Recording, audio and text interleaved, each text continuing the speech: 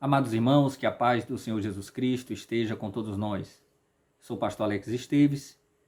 Encontramos-nos agora na aula 2 da disciplina Hermenêutica Bíblica 1, em nossa querida ETAD. Pedimos a Deus que nos abençoe, que nos dê graça, para que possamos auferir os benefícios que o próprio Deus tem para nos conceder. Meus amados irmãos, estamos estudando então o texto Compreendendo a Bíblia, de Dorothy Jones, e já vimos na aula 1 justamente a lição introdutória, que tem por título Abordagens à Compreensão.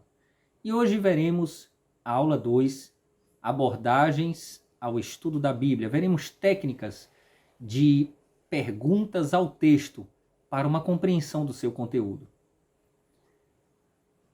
Vamos tratar então desse tema olhando 4 itens. Primeiro, o item da compreensão a partir da preparação espiritual. E aí eu vou pedir que você pegue sua Bíblia, como eu vou fazer agora, e olhe para 1 Coríntios capítulo 2, no versículo 14. 1 Coríntios capítulo 2, versículo 14, diz assim: Ora, o homem natural não compreende as coisas do Espírito de Deus, porque lhe parecem loucura, e não pode entendê-las, porque elas se discernem espiritualmente. É necessário que haja uma preparação espiritual para a compreensão do texto bíblico. Isso é correto. Todavia, nós precisamos estabelecer bem qual o conceito de preparação espiritual e de compreensão do texto bíblico. Nós não estamos dizendo que a Bíblia seja um livro criptografado, codificado, oculto, como livros de religiões de mistério, de seitas secretas. Nada disso. Aqueles que são adeptos do método alegórico de interpretação acreditam que existem níveis diferentes de cognição, de compreensão do texto bíblico, e haveria ali um nível subjacente, oculto, mais espiritual, que estaria disponível a partir de determinadas técnicas. Não é isso que nós afirmamos de maneira nenhuma. Qualquer pessoa que utilizar o método histórico-gramatical ou gramático-histórico de interpretação, qualquer pessoa que respeitar o contexto imediato, contexto remoto, também o contexto histórico e a linguagem, a estrutura linguística e literária da Bíblia, vai compreender racionalmente o que ela diz. Porém, o homem natural não compreende as coisas do Espírito no sentido de não acolher como verdadeiras as palavras do Senhor. Então, na realidade, o que nós falamos de preparação espiritual não diz respeito a algo gnóstico, um conhecimento oculto, esotérico, que a pessoa precisa ter preliminarmente para que então possa se aprofundar nos meandros e nos mistérios da palavra de Deus. Não é isso.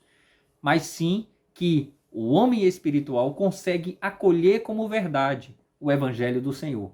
Ele entende e ele compara coisas espirituais com coisas espirituais. Então, esse caráter espiritual, pela obediência, pela comunhão com Deus, vai possibilitando um despertamento cada vez maior. Posso aqui trazer como ilustração aquela passagem que diz: a vereda do justo é como a luz da aurora, que vai brilhando mais e mais até ser dia perfeito. Acredito que essa passagem se aplica assim a isso que estamos estudando. À medida que a pessoa vai estudando a palavra do Senhor e deixando que o Espírito Santo promova a iluminação do seu entendimento, a luz vai substituindo as trevas. Há como que uma desintoxicação, uma despoluição, uma descontaminação. Nós vamos nos despojando de pressupostos tóxicos do mundanismo, da idolatria, do pecado, enfim, e vamos nos apropriando dos pressupostos válidos, que dizem que a Bíblia é a palavra de Deus, divinamente inspirada, suficiente, inerrante, infalível, autoritativa, compreensível, verdadeira, absoluta, eterna e apta para salvar. Então, com relação à preparação espiritual, é basicamente isso que nós precisamos dizer neste momento. E a necessidade de estudo metódico? Será que nós realmente precisamos do estudo metódico? Esse é o tópico 2. Algumas pessoas fazem uma oposição, uma hostilização entre fé e razão. Não há essa hostilização à luz da Bíblia. Há sim um contraste entre fé e racionalismo. Mas a verdadeira razão glorifica a Deus. Foi Deus quem criou a razão. Na realidade, o estudo metódico deve estar em sintonia com a preparação espiritual que vimos no tópico anterior. O método só ajuda a organizar o pensamento. O método vai incrementar, qualificar o esforço pessoal para que o estudo seja mais proveitoso, mais adequado, para que os benefícios das Escrituras cheguem ao coração e ao conhecimento do leitor, do estudante da Palavra de Deus. E aqui é necessário observar que o método não dispensa a iluminação do Espírito. As técnicas não dispensam de maneira nenhuma o trabalho do Espírito Santo na iluminação do homem espiritual. Mas eu quero também destacar a questão da suficiência das Escrituras. Algumas pessoas e alguns grupos mais sectários dizem, não, só a Bíblia, e com isso não leem escritos de mestres, de teólogos, literatura cristã, desprezam todo o cabedal de conhecimento adquirido e acumulado em 2000 anos de história da igreja. Na verdade, aproveitam de alguma maneira o conhecimento consolidado, porque as Bíblias que têm em mãos foram traduzidas por homens que conhecem as línguas originais, portanto estudaram grego, estudaram hebraico, estudaram aramaico, homens que fizeram essas traduções, também tinham pressupostos teológicos, também fizeram escolhas hermenêuticas, escolhas teológicas para as traduções ou para também as versões. Então, tudo aquilo que nós temos de conhecimento é herdado de alguma maneira, por exemplo, dos concílios ecumênicos, os concílios eclesiásticos da era patrística, era dos pais da igreja, de maneira que não é humilde e não é algo consciente, não é coerente quando alguém, embora se aproveite do conhecimento herdado, despreza esse mesmo conhecimento e aqueles que o produziram. Na realidade, quando se fala da suficiência das Escrituras, não significa que nós devamos desprezar o legado dos mestres do passado ou dos mestres contemporâneos, a contribuição dos mestres contemporâneos, ou aquilo que vem nos dicionários bíblicos, comentários bíblicos, enciclopédias bíblicas, livros da literatura cristã. Nada disso deve ser desprezado, os comentários bíblicos que tanto nos socorrem no estudo da palavra do Senhor. Quando se fala da suficiência da Escritura, e até um lema da reforma do século XVI, a reforma protestante, a reforma de Lutero, sola Scriptura, é um lema que vem do latim, que significa somente a Escritura. Mas somente a Escritura em que sentido? No sentido de salvação, porque somente pela Escritura é que o homem consegue alcançar a revelação especial que apresenta Jesus como o Filho de Deus, unigênito e Salvador do mundo. É nesse sentido que a Escritura é suficiente. Não significa que na minha leitura da Bíblia eu deva negligenciar, desprezar o conhecimento acumulado nas gerações precedentes. Isso não é nem muito humilde. Meus amados irmãos, no terceiro tópico nós veremos passos básicos de estudo da Bíblia. Algumas vezes vocês vão encontrar 3 passos apenas. O livro da irmã Dorothy Jones, Compreendendo a Bíblia, traz 6 passos. Ela desdobra, coloca de maneira mais detalhada e mais didática esses passos. Mas vocês podem encontrar 3 passos: observar, interpretar e aplicar. Observação, interpretação e aplicação. Tudo bem. Mas vamos desdobrar tudo isso de acordo com o que a irmã Dorothy Jones apresenta? Observação, interpretação, resumo, avaliação, aplicação, correlação. Observar, interpretar, resumir, avaliar, aplicar, correlacionar. Todos esses passos são alcançados por meio de perguntas ao texto. E a primeira fase é a fase da observação. Eu digo que a observação é aquela etapa da leitura precedente à interpretação propriamente dita, em que o leitor vai se apresentar ao texto, digamos assim, e o texto vai se apresentar a ele. Então você vai fazer algumas perguntas. O quê? O que está acontecendo aqui? Ou do que se trata? O quê? Ou quando? né? Em que tempo aconteceu? Pode perguntar também onde, né? Qual a localidade, qual o contexto em que isso se deu. Pode perguntar como, qual a maneira pela qual aconteceu. Pode perguntar também quem, a quem o texto se refere, essa declaração é feita por quem, essa declaração é feita a quem, quem será afetado ou atingido por isso que está aqui declarado. Então são perguntas, o que, onde, quando, como e quem. São perguntas factuais, são perguntas sobre os fatos e circunstâncias do texto. Repetindo, o que, quando, onde, como, quem, são perguntas factuais. Por exemplo, você vai lendo o texto, nesse momento você não vai buscando comentários, rodapé de Bíblia, anotações, Bíblias anotadas, enciclopédias, para tentar descobrir o que o texto significa. Ainda não. Mas pode ser que nessa vista panorâmica, nessa vista aérea, você perceba algumas palavras que não são do seu conhecimento. Por exemplo, fariseu. O que é fariseu? Jactância, ignomínia, opróbrio. Meu Deus do céu, o que é isso? Você pode consultar um dicionário comum, apenas para ter uma noção, né?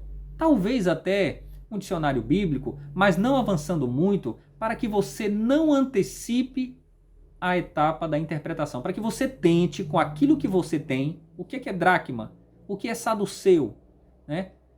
Com aquelas palavras, com o significado dos termos, dos vocábulos, né? Essa parte filológica, a partir disso, você já tenta ir interpretando, para que a sua interpretação não seja sempre importada de outros. Você precisa, e já está preparado espiritualmente, se preparando cada vez mais, você precisa ter também a sua compreensão preliminar nesse processo hermenêutico que é bem mais amplo. Mas muito bem, feitas essas perguntas de observação, essas perguntas factuais, você parte para a fase da interpretação, que é a compreensão, é a interpretação propriamente dita, é o núcleo duro do processo hermenêutico. Você vai perguntar, o que isso significa? Tudo bem, eu já sei quais são os fatos, circunstâncias, episódios, o que é que o texto fala, para quem fala, ou de quem fala, acerca de quem fala, quando aconteceu, como aconteceu, eu já sei onde aconteceu. No que diz respeito à localidade, você pode procurar um atlas bíblico, né, onde é Cesareia de Filipe, né, onde é que fica Jope, né, Mar da Galileia. Então você vai buscando descortinar o texto, tirando esses, digamos assim, entraves preliminares, né, aquelas dificuldades que tornam o texto mais obscuro do que muitas vezes ele é. Muito bem, então agora você já passou para a fase da compreensão e você pergunta, o que isso significa? O que o texto diz? O que o texto diz? Quando você fala do que ele significa, alguns chamam isso de significado mesmo, outros falam de sentido, né? Significado e sentido, guarde isso. E a Bíblia não vai significar o que nunca significou, ela nunca vai ter significados novos. Estou falando de compreensão, estou falando de mensagem, estou falando de interpretação. O significado é sempre o mesmo, nesse sentido de interpretação. Guarde bem isso, porque daqui a pouco a gente vai explicar melhor. O sentido da acepção do texto, né? Qual o sentido, qual o significado do texto? Sempre será o mesmo. Sempre será o mesmo. Depois você parte para o resumo. É muito interessante isso. Você faz um resumo com suas próprias palavras ou com diagramas, ilustrações. Você pode fazer gráficos, setas para um lado, setas para o outro. Você vai fazendo uma nuvem de informações para poder contribuir e colaborar com a sua própria memorização do texto. Depois você faz uma avaliação. Isso aqui é muito interessante. Antes de fazer a aplicação do texto, você ainda vai para a avaliação. O que é isso? Bom, isso é um costume da época? Ou é um princípio eterno? Exemplo, na lei de Moisés. Isso aqui é um preceito moral? É um preceito cerimonial? Ou é um preceito civil, jurídico, no sentido normativo do texto, ou do termo para uma nação? É moral, é cerimonial ou é civil, jurídico? Essa classificação tripartite da lei de Moisés é uma classificação hermenêutica, né? E então você faz essas avaliações, né? Questões culturais, questões principiológicas. Você faz aqui também um recurso a dicionários bíblicos, né? Pode recorrer a esses dicionários, comentários bíblicos, livros sobre costumes bíblicos, aqui já para tentar discernir aquilo que, na verdade, dizia respeito a circunstâncias próprias do povo de Israel na antiguidade, daquilo que, na verdade, remanesce como princípio eterno. Não é que a palavra de Deus tenha partes inspiradas e partes não inspiradas, partes que são ou foram reveladas e partes que não foram reveladas, não tem nada a ver. Mas significa que nós precisamos fazer uma ponderação e uma transposição cultural. O que é transposição cultural? Ela cabe na avaliação, nessa etapa da avaliação. É quando você vai verificar se em determinado texto você pode extrair princípios que remanescem para sempre, né? São esses princípios que devem conduzir a interpretação daqui para frente, né? Todo esse processo hermenêutico. Essa distinção é muito salutar e afasta problemas na aplicação da palavra do Senhor. E então nós já partimos para a aplicação. É como eu vou relacionar o significado do texto com a minha vida. Lembra que eu falei que alguns chamam a parte da interpretação propriamente dita ou da compreensão de sentido, né? Outros chamam de significado. Por que eu disse isso? Porque para a gente não confundir as coisas, porque às vezes os mesmos termos são usados para aplicações diferentes ou conceitos diferentes. Os mesmos termos podem ser usados aqui com um significado, ali com outro significado. Então, às vezes você fala de sentido e alcance, né? Ou você pode falar de significado e significância. Significado como compreensão do texto e significância como aplicação. Ou você pode falar de sentido como compreensão e significado como aplicação. Dá para compreender? Bom, o sentido é dado pela interpretação, mas qual o significado para mim? O que significa para mim? Isso é uma coisa. Mas você pode dizer assim, olha, o significado, no campo aí da compreensão, da interpretação propriamente dita, é um. Mas qual a significância? O que eu quero dizer é a distinção entre sentido e alcance. Tudo bem? Espero que tenha ficado claro. O sentido é sempre o mesmo. A palavra de Deus não muda, mas a aplicação é infinita, porque as pessoas são diferentes, os contextos são diferentes. E aí eu estou falando de contexto social, político, econômico, cultural. É aí que a aplicação vai ser um conjunto infinito, miríades de aplicações. Porque a palavra de Deus se aplica a qualquer pessoa, qualquer situação, em qualquer lugar e em qualquer época. Essa é uma distinção muito importante na hermenêutica. Depois você vai fazer a correlação. Essa correlação é tão importante quando você vai analisar o significado do texto relacionando com o todo das Escrituras. E é uma homenagem à harmonia das Escrituras, entendendo que a Bíblia é um sistema. Por isso temos a teologia sistemática. E homenageando também a unidade, coesão ou coerência das Escrituras, porque a Bíblia não se contradiz. Você não tem uma teologia de Paulo que peleja contra a teologia de Pedro, que por sua vez peleja contra a teologia de João e assim por diante. Você pode ter perspectivas teológicas trazidas pelo Espírito Santo por meio desses autores sagrados, mas tudo se ajusta para uma só e mesma revelação escrita, que é a palavra de Deus, o autor sagrado, o autor soberano, autor por excelência das Escrituras, inspiradas pelo próprio Deus. E aqui tem há um perigo, né, de pessoas que interpretam de maneira errônea, porque, na verdade, não passam pela fase da observação e da interpretação propriamente dita. Já vão logo para a aplicação. Elas se colocam no lugar de Abraão recebendo as promessas, no lugar de José tendo seus sonhos no Egito, ou ali com os seus irmãos e seu pai Jacó, ou se colocam no lugar de Daniel ou de Davi, e geralmente se colocam no lugar dos personagens bíblicos de uma forma sincrônica, né? Não é diacrônica. Isso a gente pode até ver no futuro, com o aprofundamento dos estudos hermenêuticos, mas quando você olha de forma sincrônica, você se coloca no texto sem considerar a evolução da história. Você já se coloca de forma sincrônica, não é algo diacrônico, que entende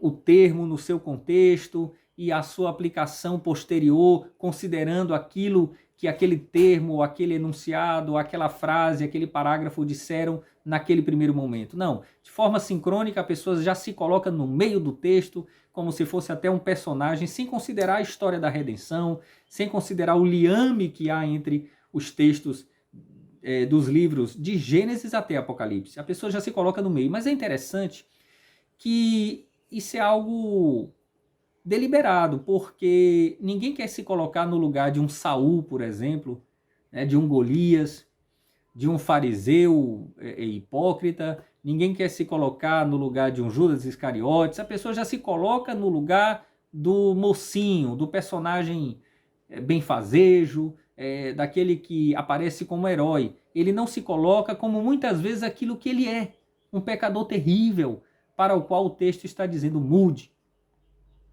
Interessante então, e eu digo isso com temor e tremor, que nós façamos uma aplicação depois de compreendermos o que o texto diz. Já passamos pela observação com as perguntas factuais, né? O que, onde, quando, como, quem. Fizemos a interpretação, já fizemos um resumo, já fizemos a avaliação e agora estamos aplicando o texto para depois correlacioná-lo, né? Mas essa aplicação do texto precisa ser feita de maneira honesta, para que nós não venhamos a nos iludir, pensando que estamos ao lado dos discípulos de Cristo, quando muitas vezes estamos do outro lado. É aí que o homem espiritual, com a iluminação do Espírito Santo, vai poder olhar para a Bíblia e entender que a Bíblia revela os seus próprios pecados. Digo, pecados do leitor, né?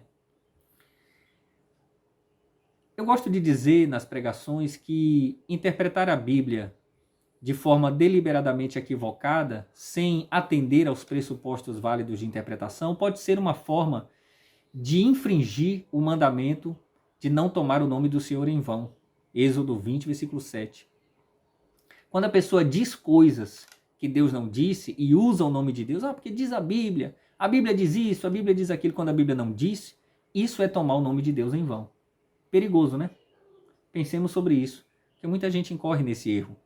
Diz que está profetizando, diz que aquilo está na Bíblia, quando na verdade não está. Esse mandamento permanece. É um princípio eterno da palavra do Senhor, que está ali no Decálogo e remanesce. A palavra que nós apresentamos deve ser fiel ao texto. Quando Paulo diz a Timóteo do bom depósito que deve ser preservado, ele fala das tradições que recebeu e que a igreja então deve também receber e transmitir. Ele diz a Timóteo, aquilo que tu recebeste de mim, confia-o a homens fiéis, que sejam idôneos para que também transmitam a outros. Nós devemos transmitir exatamente o que recebemos. Veja como a hermenêutica não é algo que possamos negligenciar, que possamos olvidar, que possamos esquecer. Não. A hermenêutica é algo muito importante, porque ela é fiel, ela busca ser fiel à palavra do Senhor, quando é uma hermenêutica cristã, ortodoxa, conservadora. Vamos então para o último tópico da nossa aula, que diz respeito a técnicas de perguntas e respostas. Jesus trabalhava com perguntas. Vamos lembrar que na didática, na pedagogia dos rabinos, as perguntas eram muito importantes, né? Quando Jesus estava ali com cerca de 12 anos no templo e sua família acabou saindo da cidade, deixando Jesus para trás, quando voltaram, ele estava ali, né? Respondendo perguntas, porque é um método, até hoje, né? Professores utilizam perguntas. Eu mesmo, dando aula, gosto de dar exercícios para que os alunos, por meio da atenção àquelas perguntas, possam orientar o seu raciocínio. É um estudo dirigido por meio de questões, por meio de indagações. Jesus trabalhava muito com perguntas. Às vezes a pessoa vinha falando uma coisa, aí ele respondia com uma pergunta, fazia uma indagação que promovia uma reflexão, às vezes desconcertava o interlocutor para que houvesse ali uma mudança de atitude e um aprendizado. Louvado seja o Senhor, porque Jesus é o mestre por excelência. Ele usou parábolas também, usou vários recursos, mas um dos recursos foi o de perguntar, fazer perguntas para propiciar uma reflexão, uma provocação ao intelecto e ao espírito. Mas nós vamos ver que essas perguntas, né, são relacionadas àqueles passos que vimos de observação, interpretação, resumo, avaliação, aplicação e correlação. Vamos ver 7 perguntas. 4 dessas perguntas são factuais, né? E 3 perguntas são reflexivas. 4 factuais, 3 reflexivas. A primeira é uma pergunta identificadora, né? Volto a dizer, essas factuais dizem respeito à observação, né? Então, a pergunta identificadora, ela se desdobra em 2 na realidade. O quê? Qual o objeto desse texto? E quem? A quem fala? De quem fala? Quem será atingido? De quem se fala? Uma pergunta identificadora. Eu quero saber do que se trata e de quem se trata. Pergunta identificadora. Vamos identificar. Pergunta de modo como? Né? Como isso se deu?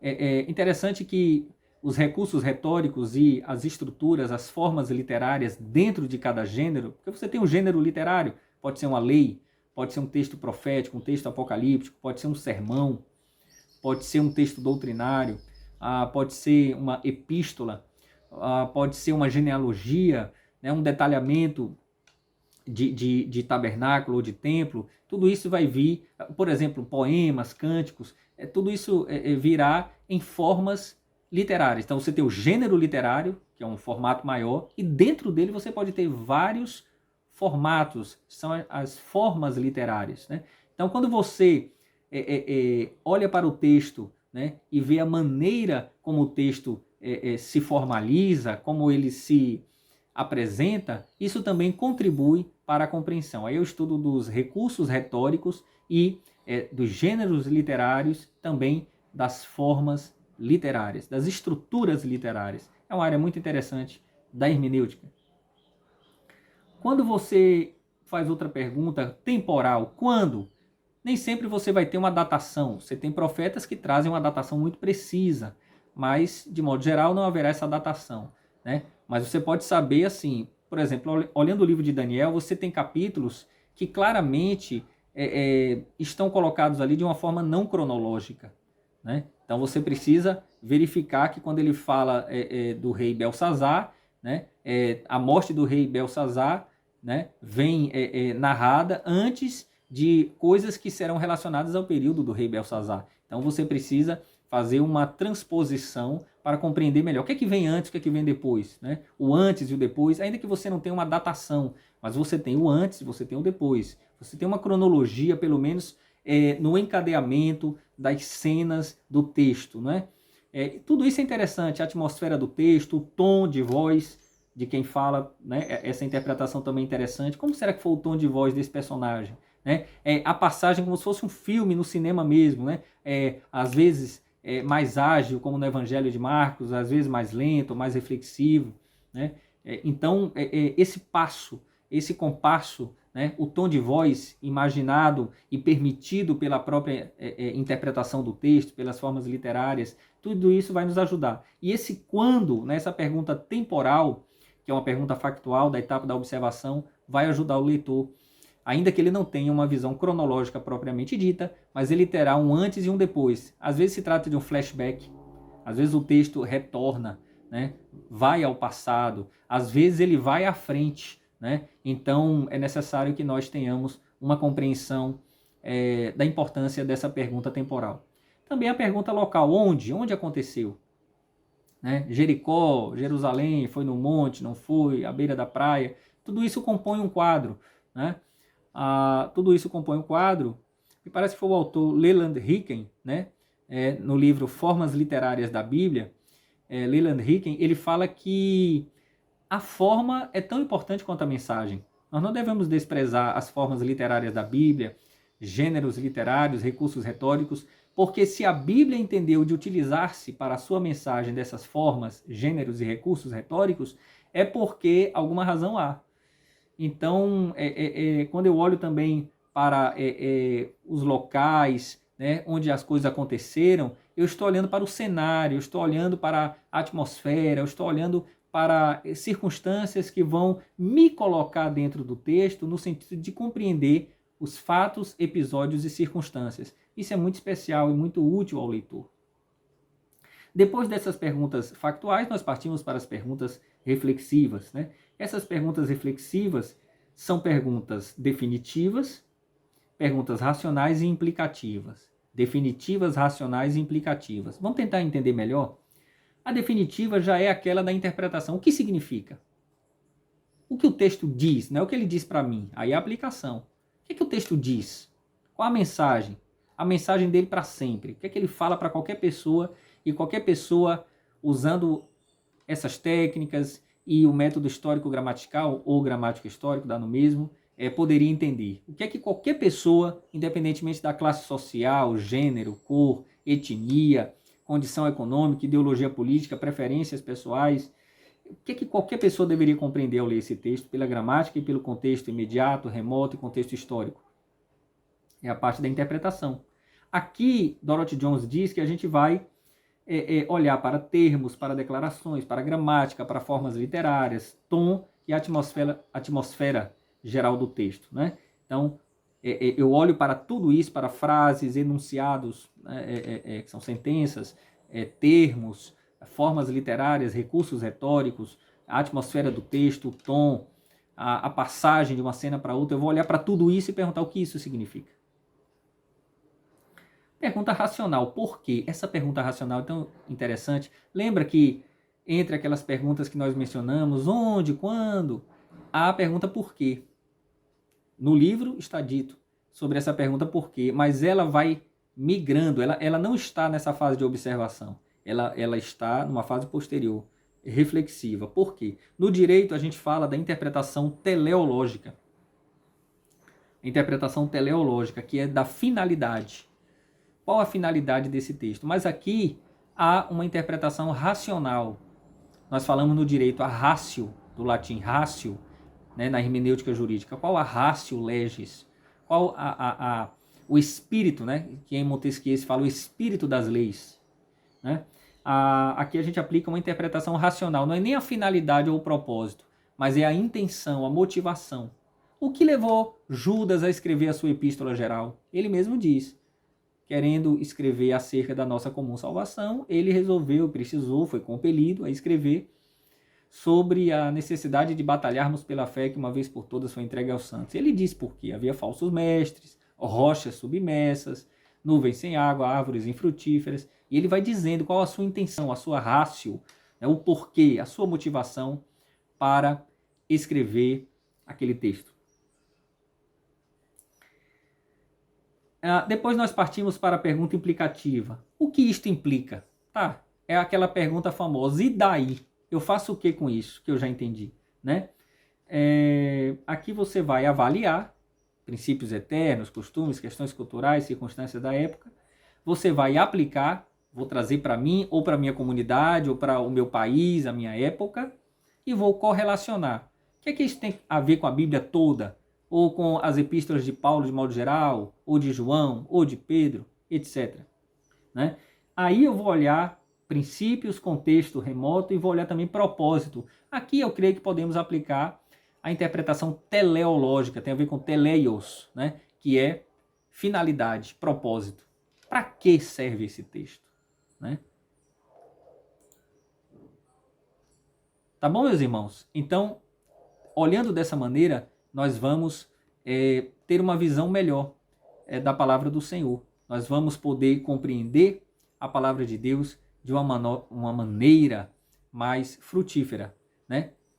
E aqui está, né, esse livro que é muito recomendado, pode nos ajudar se os irmãos puderem adquirir, não é caro, tá bom?